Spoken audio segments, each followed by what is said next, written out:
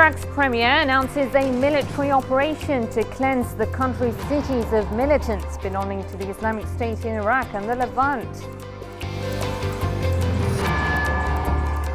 Iraq's leading Shia cleric Ayatollah Sayyid Ali Sistani calls on Iraqis to defend their country as thousands volunteer to fight the militants. The UN says the advancing ISIL militants massacre hundreds of Iraqi civilians.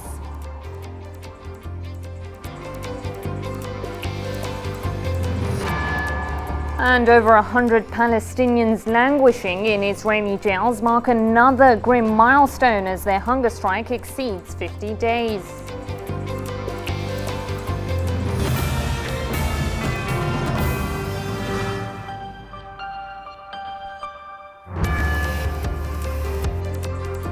Hello there, you're watching Al-Ittijah World News and I'm Fatima Basim. Following negotiations with the governor of Salah ad-Din in the city of Samarra, Iraqi Prime Minister Nouri al-Maliki has announced a new military offensive aimed at cleansing the country's cities of militants belonging to the Islamic State of Iraq and the Levant. Maliki arrived in Samarra earlier on Friday to discuss the current security situation in the country with the governor of the northern province. The move comes as militants from the Al-Qaeda offshoot of ISIL overran another two towns after threatening to move on to the capital. This as the Iraqi military bolstered its defenses of Baghdad.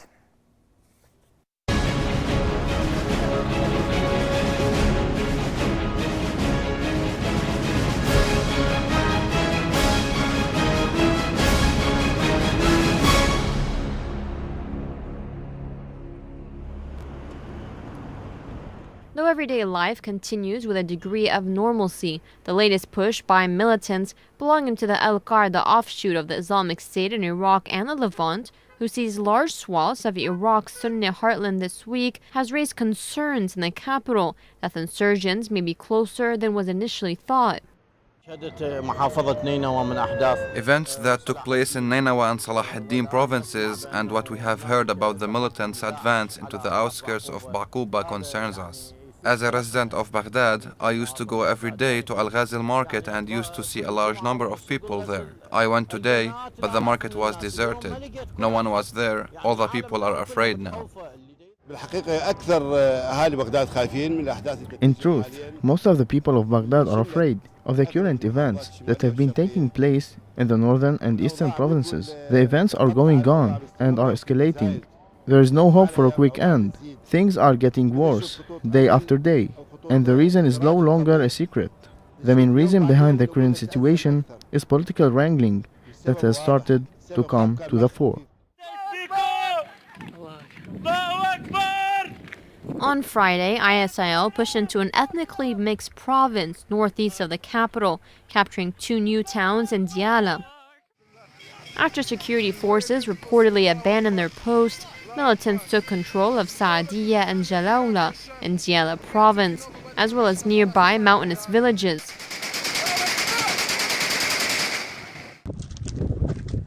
With these advancements, the militant group has captured equipment, including American-made Humvees from the National Army, as shown in these distributed images on YouTube and Twitter. The territorial gains by ISIL mark another front in the insurgents' campaign to consolidate control over vast swaths of territory and encircle the capital, as the government in Baghdad called for international support in its battle against the terrorists. Just hours ago, security sources reported that 150 ISIL militants were killed and injured in an airstrike in Beji in the Salah ad-Din province. Preparing for the wars, Iraq's Interior Ministry said it has bolstered its defenses around the capital Baghdad. The Iraqi government spokesman said the plan consists of intensifying the deployment of forces and increasing intelligence efforts and the use of technology such as observation balloons and cameras and other equipment. Security forces have so far failed to halt the terrorists' unprecedented drive. However, military experts believe if militants do reach Baghdad, the fight for its existence will be much bloodier than any war to date. Earlier, our correspondent in Iraq, Wissam al-Bayati, gave us the latest updates on the ground. 4,000 Iraqi army personnel have been deployed in and around the capital Baghdad, and more than 400 machine guns, in addition to the other Iraqi army departments such as infantry, artillery, Iraqi Air Force, and backed with the local fighters who wanted to defend their countries and defend their country's future. So far, the militants have been successfully taking control of several provinces, but at the same time, they cannot remain in one province as if they want to go further. They have to leave the province and go to the other one, which means that they have lack of manning and they have lack of ammunition and supplies. But at the same time, which every single province they go to, they are getting their supplies and they're recruiting people from these provinces, and sometimes they force people and threatening them. So therefore the numbers of the ISIL militants are increasing noticeably within the next will increase noticeably within the next few days. But at the same time, according to the Iraqi Prime Minister al-Maliki and the leaked information, the Iraqi government is well prepared for such attack, and especially in the capital Baghdad, and defending the both holiest cities in Iraq, which is Najaf and Karbala. The Iraqi army right now is relying more than any time on the artillery, Iraqi Air Force, and the intelligence reports. Therefore, all the attacks and all the hunting down operations is based on intelligence reports, and it depends on the high quality of intelligence reports and high quality in hunting down the militants across the country. Thousands of Iraqis have already volunteered to help the army against its war in its fight against ISIL militants. But now the pace of the recruitment will likely be boosted by the call of Iraq-based Shia cleric Grand Ayatollah Ali al-Sistani to support the army's operations. They are leaving everything behind to fight for their country. These Iraqi men lined up as they were being searched by security personnel, but soon they will be fighting alongside them against a united threat, the Islamic State of Iraq and the Levant. Thousands of Iraqi volunteers have already joined the ranks of the army after Iraqi Prime Minister Nouri al-Maliki welcomed civilian recruitments earlier this week to liberate cities in northern Iraq from extremist militants. Nationality was being put above age and religion. These men realized that if they didn't stop ISIL's expansionist ambitions, they too will suffer. We don't want wages. We don't want any money. We will sacrifice for the nation and let ISIL know Iraqis don't leave their country. We want to defend our country, and we want to liberate Mosul City, Salahuddin and Anbar in God's will. I swear to God, I shall hold up arms against them and fight using all my effort, and I shall pay back all the debt I have to my nation. The pace of the recruitment will likely be further boosted by the call of Iraq-based Shiite cleric Grand Ayatollah Sayyid Ali al-Sistani to support the Iraq army and operations against the ISIL. In a statement, Sayyid Sistani stressed that defending Iraq, its people and holy sites is a religious obligation to all those capable of fighting, as the top cleric called for intensified efforts in a bid to combat the terrorist advance. People who are capable of carrying arms and fighting the terrorists in defense of their country should volunteer to join the security forces to achieve this sacred goal. The degree of support has been, in many ways, a testimony to the frustration of ordinary Iraqis who have endured over a decade of terrorist attacks. Washington is also weighing in on the violence in Iraq. The US President Barack Obama said US support will not involve sending combat troops back into Iraq, but instead providing other forms of assistance to Iraq's security forces. Speaking on the ISIL's latest advances in Iraq, President Obama also called on Iraq's neighbors to bear responsibility in solving the crisis, saying no one has an interest to see terrorists gain a foothold in the region. Will not be sending U.S. troops back into combat in Iraq, but I have asked my national security team to prepare a range of other options that could help support Iraq security forces, and I'll be reviewing those options in the days ahead. Now, Iraq's neighbors also have some responsibilities to support this process. Nobody has an interest in seeing terrorists gain a foothold inside of Iraq, and nobody is going to benefit from seeing Iraq descend into chaos. So the United States will do our part, but understand that ultimately it's up to the Iraqis as a sovereign nation to solve their problems. Meanwhile, the UN human rights spokesman said that hundreds of Iraqi civilians were murdered by the advancing ISIL militants. According to the UN mission in Iraq, the militants occupied police checkpoints and used them to hunt down anyone associated with the Iraqi government, resulting in summary executions, rape and kidnappings. The full extent of civilian casualties is not yet known, but reports received by UNAMI, the UN mission in Iraq, to this point suggest that the number of people killed in recent days may run into the hundreds, and the number of wounded is said to be approaching 1,000. We've received reports of the summary execution of Iraqi army soldiers during the capture of Mosul, and of 17 civilians in one particular street in Mosul city on the 11th of June. The High Commissioner will be warning the parties to the conflict that they are obliged under international law to treat members of the armed forces who've laid down their arms or are hors de combat humanely, and that murder of all kinds, mutilation, cruel treatment and torture constitute war crimes. They must also take all feasible precautions in areas under their effective control to spare civilians from the effect of hostilities and to respect, protect and meet the basic needs of civilian populations. This is the other phase of Iraq's security crisis. As gruesome as ISIL's advances in Iraq may have been to the government in Baghdad, it was far worse for these unarmed civilians. For the world as a whole, and the region in particular, the recent events in Iraq have raised concern about the threat the extremist group poses on security. Imagine the fear that has taken hold of these Iraqis. Hundreds of thousands of Iraqis have fled the cities where militants from the Islamic State in Iraq and the Levant have gained ground. Hundreds of others have been killed. We are tired of the fighting. Their roads are closed. There's no food, no water, no hospitals, no electricity. They've left us with nothing there. The extremist militants' atrocities have varied, from sniping to throat slitting, kidnapping and even rape. The UN has reported that 4 women have killed themselves after being brutally raped, choosing death as the more bearable alternative in a post-traumatic state of mind.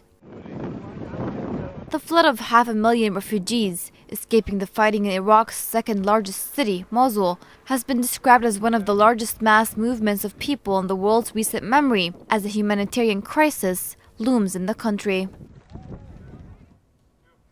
Turkish Prime Minister Recep Tayyip Erdogan announced that negotiations are underway for the release of 49 Turkish hostages seized by militants in the Iraqi city of Mosul. Erdogan said his government was doing everything necessary to secure their release. Militants from the ISIL kidnapped 49 Turks, including special forces soldiers, diplomats and children from the Turkish consulate on Wednesday, along with 31 Turkish truck drivers a day earlier.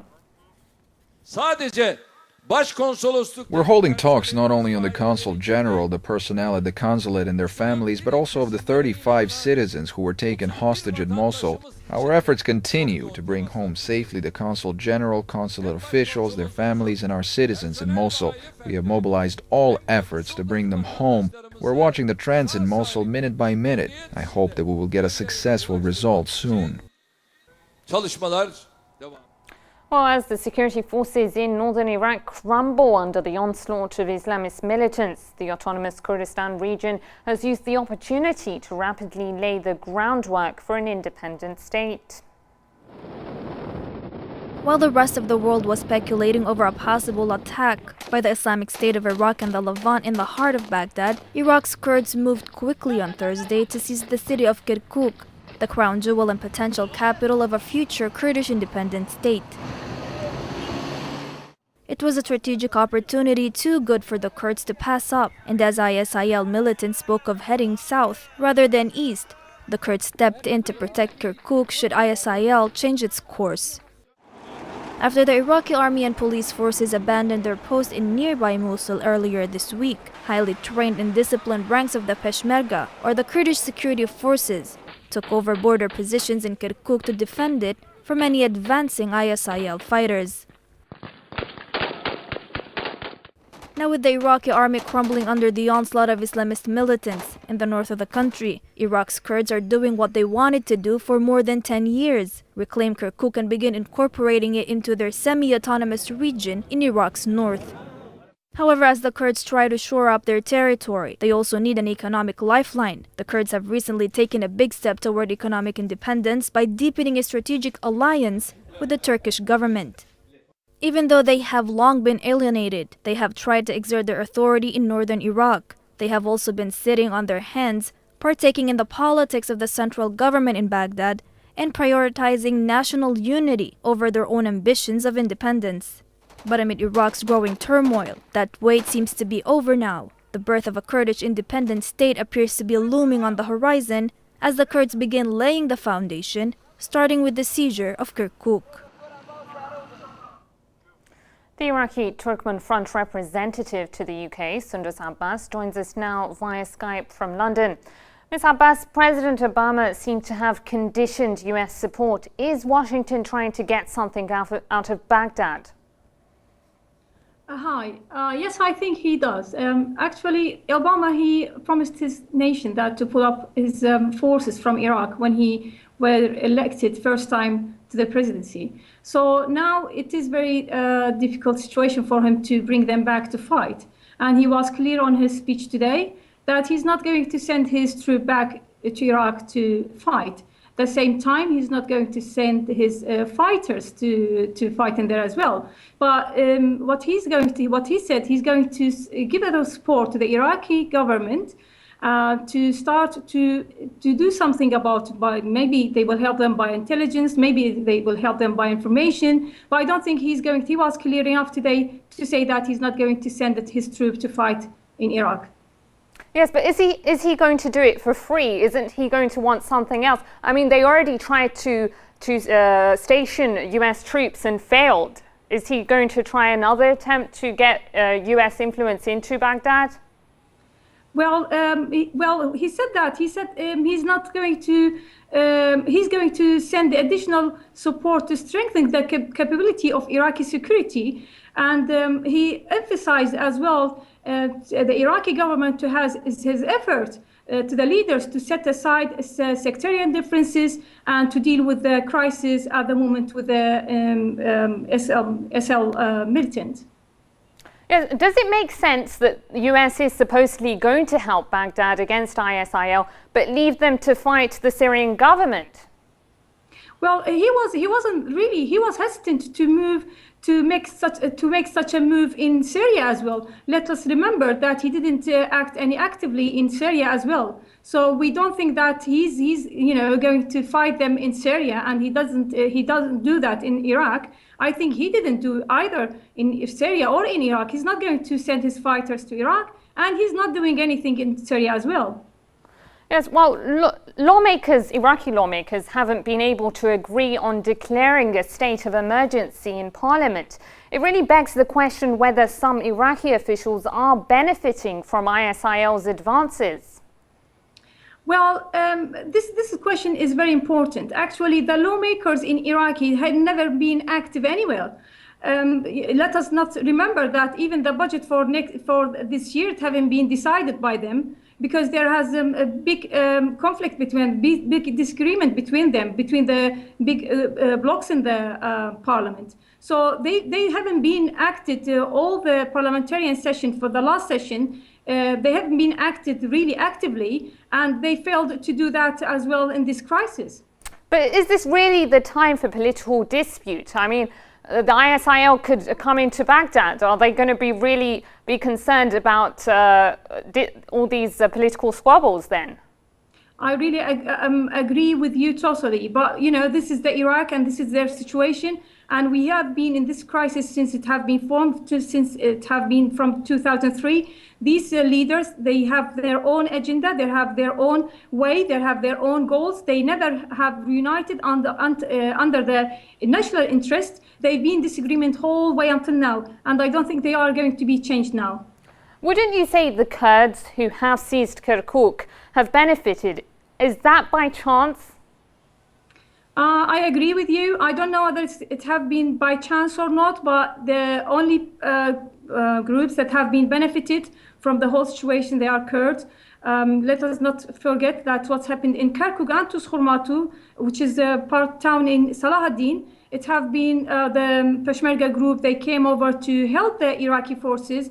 Now, yes, there are part of the Iraqi forces, they abandoned their position and they left, but the rest of them, they've been forced to leave their positions, and all their weapons and all their belongings have been blocked by the Peshmerga, and they've been taken and have been looted from these places, and some of them actually now on sale in black market. And this is one of the question mark when one of your reporters, they said this when they mentioned the militant group, they are getting supplies from each town or cities they are getting for, and this is one of the questions that explains where they are getting it from, and you know, maybe from black market as well. Yes, now ISIL has grown beyond the capacity of a non-state actor. Who are they really fighting for? Well, everybody knows their goals and agendas. They want to create a border Islamic State with Islamic Caliphate, and it's already have been faces serious challenges in Syria from the other part of Islamist group like Nusra Front, and they are not really they are, you know, even they couldn't make any serious gains against President Bashar al-Assad. And I don't think the Hezbollah, they are going to back up, of course. So really their goal is obvious, that to gain more territories and to create Islamic Caliphate, Islamic State. All right, thank you. By the way, I don't think they are going to get any help or support from the Gulf states or any other Sunni, what we call it, governments, and even from the European or the Western countries as well. So, you know, they are fighting on the basis that it's very difficult for them, and but they are getting, you know, maybe they are getting help from someone or from some countries, but really not the countries that we mentioned. All right, thank you for speaking to Ali Tijah. That was Sundus Abbas, the Iraqi Turkmen representative for the UK. Thank you.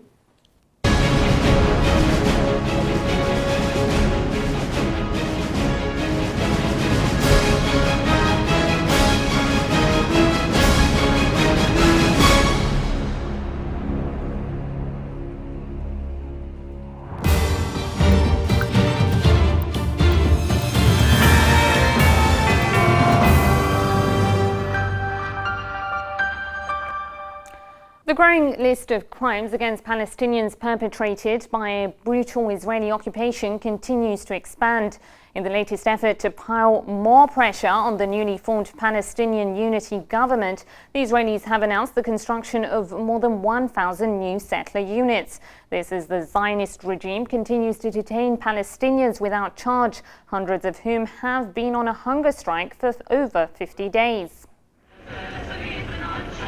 Since late April, 120 out of the 189 Palestinians held in Israeli prisons without charge have been on a hunger strike, demanding their immediate release or a right to a fair trial. The protest has forced UN Secretary General Ban Ki-moon to call on the Israelis to either charge or release the Palestinian detainees. With that in mind, the Zionist regime added to its never-ending list of crimes a decision to move forward with plans for the construction of 1,083 illegal settler homes in the occupied Palestinian territories.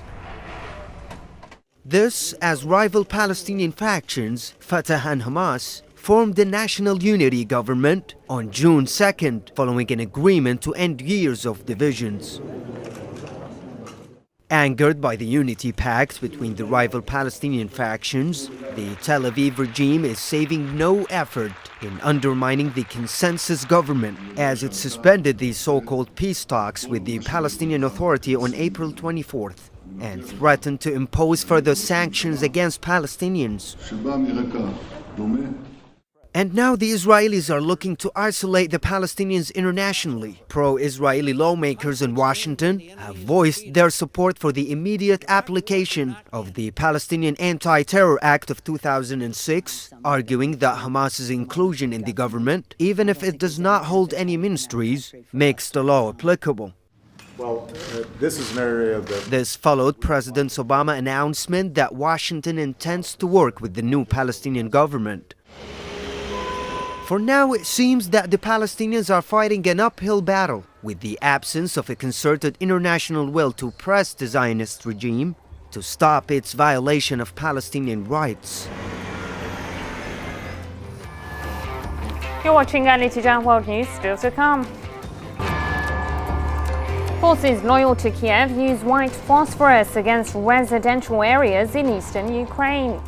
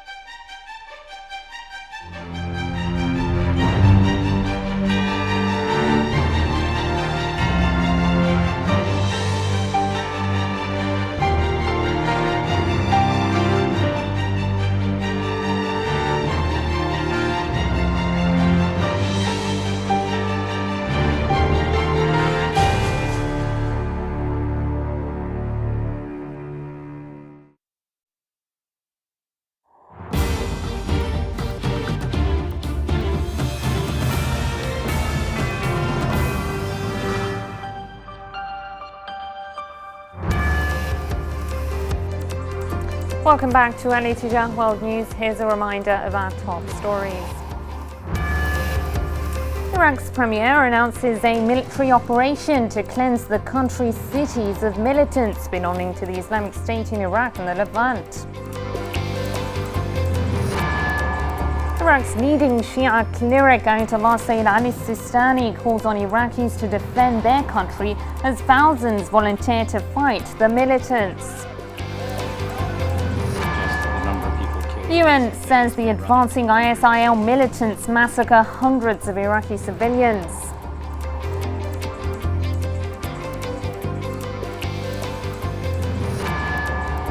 And over 100 Palestinians languishing in Israeli jails mark another grim milestone as their hunger strike exceeds 50 days.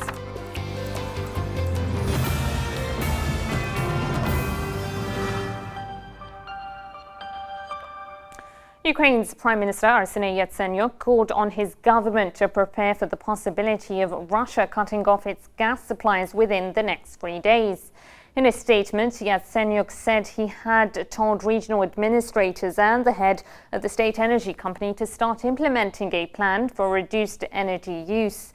Moscow has set Monday as a deadline for Ukraine to pay off part of its gas debt, which exceeds $2.2 billion. Meanwhile, according to Russia's security services, at least one Ukrainian armored vehicle has crossed the Russian border with Ukraine and stopped in the Rostov region. Initially, just one armoured personnel vehicle had reportedly entered Russian territory. However, it broke down and another came to its aid. Ukrainian troops fled the territory back to Ukraine, leaving the disabled vehicle behind in Russia. In response to the incident, the Ukrainian Border Service claimed that the military was surrounded by self-defense forces and had to cross the Russian border. Despite earlier promises by Ukraine's new president, Petro Poroshenko, to resolve the crisis in the east of the country peacefully, new reports have emerged suggesting that Kiev's troops have used strictly prohibited weapons against civilians in the region. Meanwhile, Ukraine's military has launched a new offensive against the southeastern port of Mariupol, closing off roads and shelling residential areas. The inauguration of Ukraine's President Petro Poroshenko was supposed to represent a turn of events for the unrest in eastern Ukraine. The tide does seem to be turning in the east, but only for the worse. Thursday night, white flashes of light lit the night sky as what appears to be incendiary bombs showering the eastern city of Slavyansk. Witnesses say they could be white phosphorus, an indiscriminate weapon strictly prohibited by international law. Despite the video and photographic evidence, Kiev's authorities have denied the use of such weapons against civilians. I think I do have something on this. During the latest news briefing, State Department spokesperson Jan Psaki veered away from answering an AP journalist's question about the reported use of white phosphorus bombs by Kiev's army. But when cornered, she let it slip that she was quite clueless as to the situation on the ground, saying she thought the reference was to the Russians using the bombs. At this point in time. Your question, I'm sorry, was about the phone use of call phosphorus? and about phosphorus. The Secretary did speak with Foreign Minister Lavrov just yesterday afternoon. They discussed two issues, the ongoing situation on the ground in Ukraine. They did not talk about that specific issue. The Secretary encouraged Foreign Minister Lavrov to encourage President Putin to directly engage with President Poroshenko. We've seen reports that they had a phone call today. Do you have anything to say about the reports of the use of phosphorus? And there's some, what appears to be video and photographic evidence of this, the use of this. By the Russian? No, by the Ukrainians. I have not seen those reports. I'm happy to check with our team and see if we have any confirmation of that or more to say on that. But analysts say it's very difficult to fabricate the video captured, combined with the evidence on the ground. Moscow demanded an immediate investigation into the reported use of incendiary bombs in Ukraine. If proven, the new violation could represent an embarrassing and dangerous beginning for the newly elected president. Meanwhile, there has been no sign on the ground that Poroshenko was willing to replace the fighters with negotiators. Kiev has announced that a new active phase of the offensive on the southeastern port city of Mariupol was in full swing. Residents reported seeing intense fireballs and hearing loud explosions and being stranded because Kiev's forces had sealed off the surrounding area. The Interior Minister confirmed that heavy clashes have been inflicted on the receiving end of the shelling. Poroshenko vowed that all operations in the east will be finished by the weekend, but nothing on the ground or in the skies suggests that this promise will be upheld. Security analyst Charles Shoebridge joins us now from London. Mr. Shoebridge, if these reports are true, where would Ukrainian troops get a hold of these prohibited weapons? Well, let's not forget they're only prohibited. It's true to say they're strictly prohibited, but only under certain circumstances. White phosphorus, which it does appear from the videos, if indeed these videos are authentic, and there's nothing to suggest they're not authentic at this stage, but if indeed white phosphorus has been used, and it does look from the videos both on the ground and in the sky that it is white phosphorus that's being used, they do have legitimate uses in warfare. For example, they can be used for making smoke, which would conceal, for example, troop movements, although of course it's notable that this incident occurred at night, so that's unlikely. They can also be used for illumination purposes, which is a possibility in this case. And so it's not completely clear, even if this is white phosphorus, and as I say again, it does look as though it could be, that this is an illegal use. But nonetheless, to use such a device, a chemical that, such as white phosphorus, that can inflict very severe burns and very severe damage through fire against property and people, including civilians, in a civilian area, such as is alleged was the case the other night. This would mark a very grave and I would say even embarrassing escalation for not only the Ukraine government, but of course for the EU and US governments and indeed media that have supported the Ukraine government so far in its operations against what it calls separatists in the east so far. Now, Russia hasn't intervened until now. Will this give them some sort of drive to act against Kiev? I don't think so. I think, to be frank, I think the Ukraine government's actions at the moment are playing anyway into Russian foreign policy's hands, which is to show that the Ukraine government isn't fully complying with its promises, for example, to end the conflict, as your video package just made clear, and also that when these offences are being mounted by the Ukraine government in urban areas, such as today in Mariupol, and in other areas, and indeed using heavy weapons, such as artillery, mortars, and even, it would appear from this video, weapons that are particularly fearsome and are even controlled in some aspects, as you've pointed out, in respect to their legality, such as white phosphorus. This, first of all, paints the Ukraine government and the military in a poor light internationally. And secondly, of course, it's almost certainly going to result, and is resulting, in civilian casualties. This, again, is going to be counterproductive for Kiev, particularly under the new President Poroshenko, elected as he was very recently, under the aim, if you like, and his stated aim of having a unified country, of, if you like, reaching out, as he did do even on election night, to what he called the peaceful population of the eastern provinces, in a way that could encourage unity. But actually in actions, his military forces are almost certainly going to alienate more and more of the civilian population by using weapons in this way. All right, thank you for speaking to Al Ittijah security analyst Charles Shoebridge.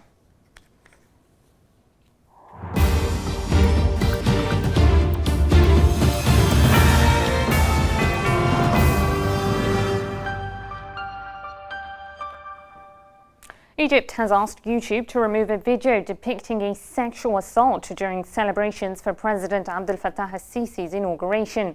YouTube was not immediately available for comment on the Egyptian request. However, the video was still available on the video sharing website. The clip not only caused an uproar in local and international media, but also raised new worries about Egypt's commitment to fighting sexual violence. Well, Egyptians who were hoping for change under the newly elected president and former army chief Abdel Fattah al-Sisi have yet to see anything different. In fact, for many, the current government's actions are reminiscent of Mubarak-era regime. Violently quelling protests, banning the Muslim Brotherhood and jailing political activists for voicing their concern were the reasons Egyptians revolted against longtime President Hosni Mubarak in 2011. 3 years on, and following 2 revolutions and 2 presidential elections, the story is still the same. Days after President Abdel Fattah al-Sisi took the oath of office, protests against his rule are in full swing. Organized by the banned Muslim Brotherhood, hundreds of Egyptians denounced the former military man's rise to power, since he ousted democratically elected President Mohamed Morsi of the Islamist Party. Clashes ensued, which resulted in the death of a police officer and wounded a number of people. Meanwhile, the courts, which have been handing death and life sentences to Muslim Brotherhood members, acquitted Mubarak-era Interior Minister Habib al-Adli of corruption charges.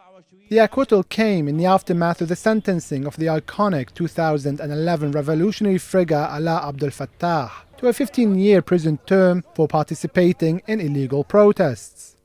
Al-Sisi won a landslide victory on the promise of security, stability and a prosperous economy. However, if the recent conduct by the government does not change under his tenure, amid the dire economic situation, then millions of Egyptians will once again be disenchanted and likely call for his ouster.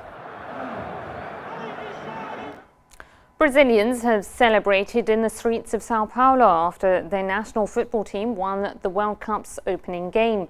But scattered violent protests were a reminder that many are angry over the billions the country spent to host the tournament. Late in the morning, police fired tear gas, rubber bullets and sound grenades to disperse demonstrators. 6 people were injured, including some journalists, while 3 protesters were arrested. Thailand's army chief announced that an interim government will be formed by September to oversee political reforms that will be followed by elections in about 1 year. The army general, however, did not say whether the cabinet would be made of civilians or military personnel. He also ruled out elections for at least a year to allow time for political reforms, including the drafting of a new constitution. 3 months after a Malaysia Airlines flight disappeared, families of the passengers on board flight MH370 are receiving $50,000 each in initial compensation. According to the Malaysian Deputy Foreign Minister, 6 Malaysian and 1 Chinese family have received the advance payment, to which all the families of the missing 239 passengers and crew are entitled. The US ambassador to the United Nations on Thursday accused Sudan of intensifying attacks on civilians in the South Kordofan and Blue Nile states. According to Samantha Powers, the Sudanese army has increased its ground and air attacks since April, dropping hundreds of barrel bombs and other ordnance on towns and villages, deliberately targeting hospitals and schools. Powers also compared the government's tactics with those used in the western region of Darfur, where more than 300,000 people have been displaced this year alone.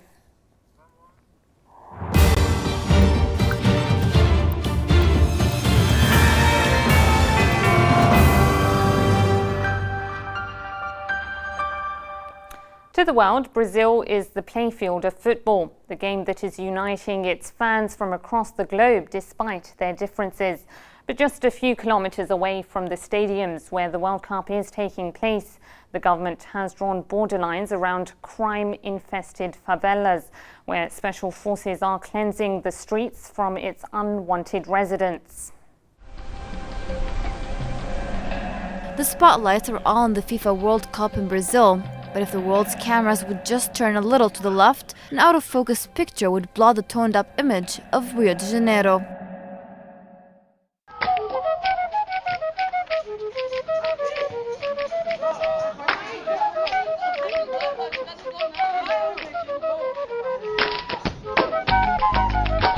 Trotting around with a ball in one of Brazil's favelas is the closest these children will ever be to the World Cup, since they cannot afford a ticket to the games in Rio de Janeiro stadiums. For many children, football is a way to dodge a formidable future. Lembro que coisa que marca que eu não esqueço, quando eu vi meu tio morrer na minha frente, né, tipo, nós tava o dia inteiro junto, aí ele ficava assim nas biqueiras vendendo droga e ele tava devendo. Aí ele, assim que ele saiu, era fechado o portão. Aí eu abri assim, os caras dando tiro nele assim na minha frente. Eu tinha uns 8 anos ainda, mas eu lembro.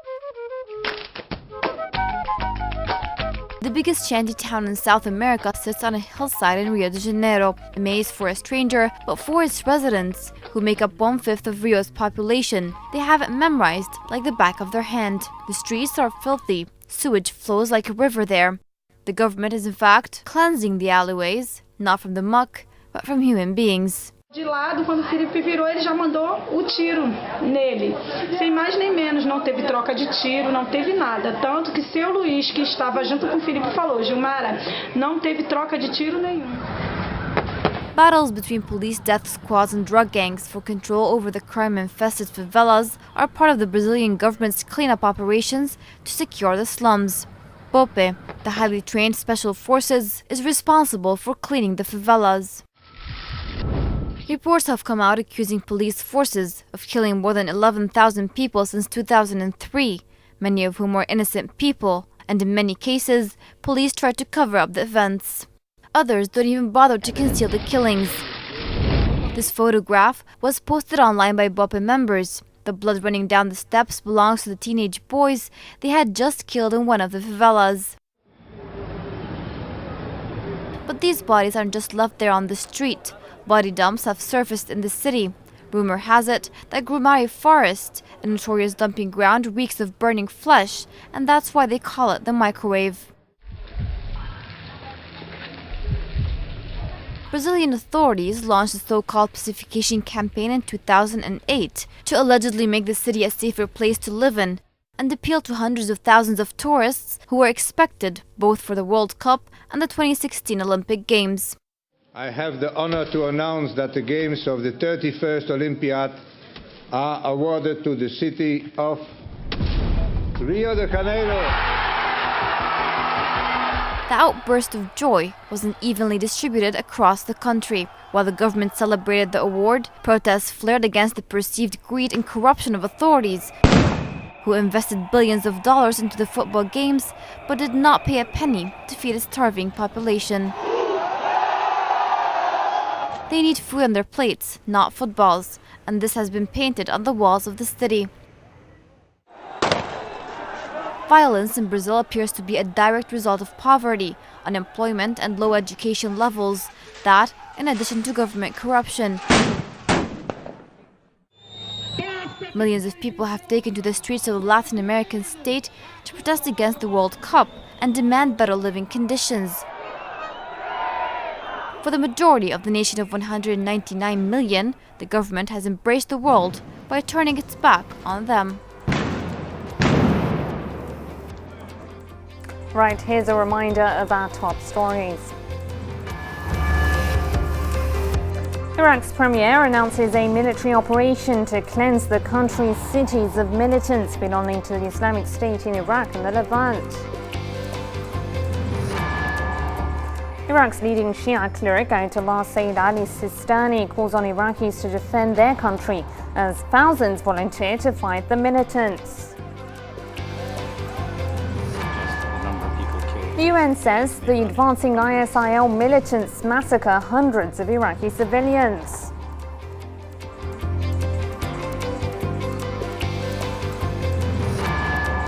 And over 100 Palestinians languishing in Israeli jails mark another grim milestone as their hunger strike exceeds 50 days.